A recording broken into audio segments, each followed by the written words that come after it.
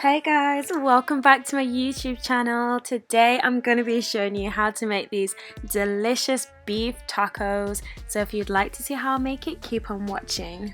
So first I have my beef and I'm going to season it with some salt and pepper. I ended up using about 1 kg of beef. Here I have some peppers and I have some dried chilies and pointed sweet peppers.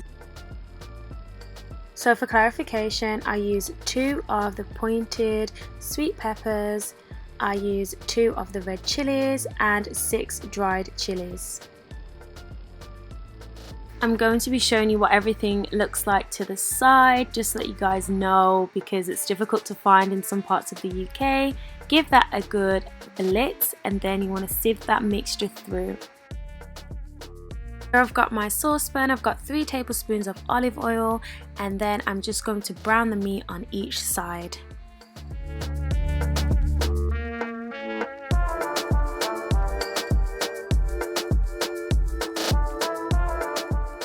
Once the meat is browned, I remove it from the pot, leave it aside, and then I use the same oil and then saute my onion. So here I've got my onion. I saute this for about 2 to 3 minutes until it becomes soft, and then I leave it aside.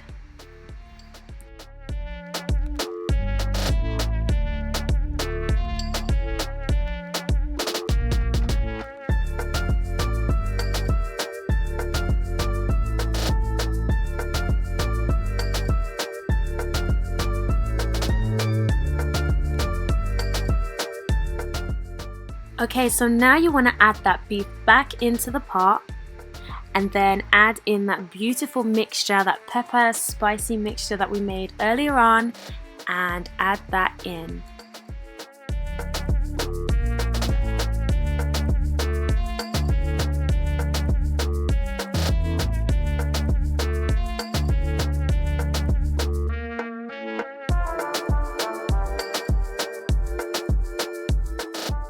Then top it up with some water.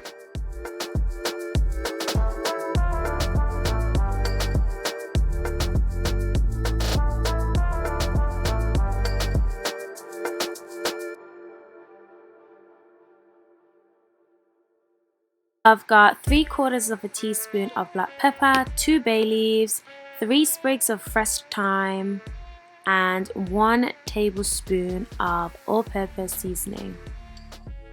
You can leave this for 2 to 3 hours. Make sure you top it up just so that it doesn't run out of the liquid and burn.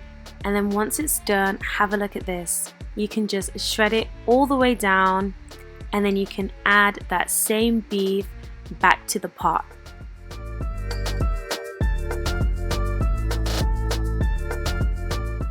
Sit for another 5 to 10 minutes with some fresh parsley. I have 7 grams of parsley in here just for some extra fresh flavors. Then you want to dip your tortilla in this beautiful sauce, and then in a frying pan you want to fry the bread.